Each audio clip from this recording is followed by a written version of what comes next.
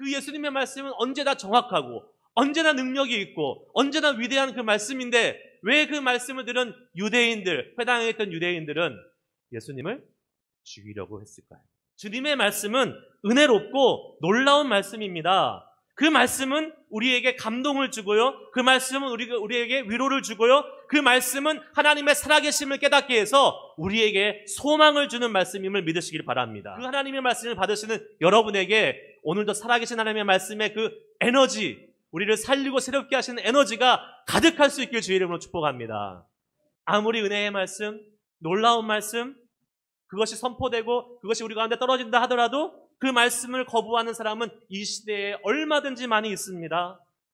그들은 예수님이 메시아이심을 절대 보지 못했고 자신들이 가지고 있던 눈에 보이는 그대로 청년, 목수, 예수, 그 선입견과 편견으로 예수님을 보았던 것입니다. 여러분, 눈에 보이는 게 전부가 아닙니다.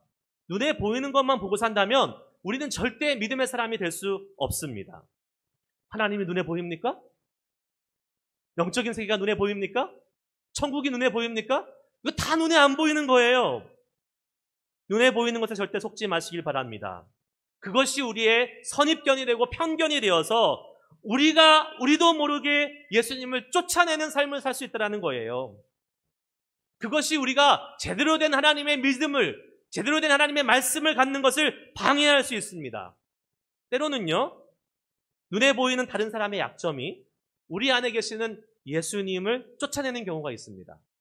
내가 갖고 있는 질병, 내가 갖고 있는 연약함이 너무 커서 예수님도 이것은 어쩔 수 없어 라고 딱 인정하는 순간 그때 우리는 예수님을 우리의 삶에서 쫓아내는 것입니다.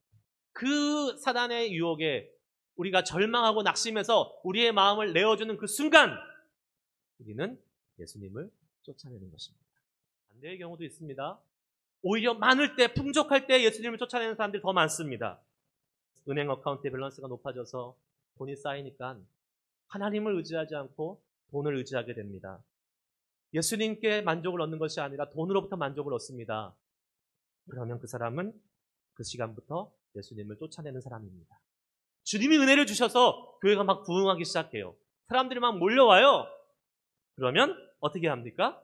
그 처음에 가졌던 그 초심을 놓고 교회를 시스템으로 운영하기 시작합니다. 그렇게 되는 순간 그 교회는 예수님을 쫓아내는 교회가 되고 마는 것입니다. 눈에 보이는 것이 풍요하고 든든하다고 해서 교만해서도 안 되고 반대로 눈에 보이는 것이 턱없이 부족하고 어렵고 약하다고 해서 위축되거나 낙심하거나 두려워할 필요도 전혀 없는 것입니다. 아멘. 우리의 눈을 뛰어넘어서 이 모든 세계를 주관하시고 다스리고 계시는 하나님 앞에 우리 주님을 온전히 바라보고 그 주님을 믿고 나아가면 되는 것입니다. 할렐루야. 눈에 보이는 것들로부터 오는 우리의 선입견과 편견을 내려놓을 때 우리는 예수님을 나사렛 목수 청년이 아닌 이 땅을 구원하러 오신 메시아로 드디어 볼 수 있게 되는 것입니다. 소망하기는 우리가 갖고 있는 이 모든 선입견과 편견, 눈에 보이는 것대로 보았던 그것을 해결하시고 그것을 극복하게 하실 수 있는 우리 주님께 도움을 구하시고 은혜를 구하시는 그러한 삶을 사실 수 있기를 주의 이름으로 축복합니다.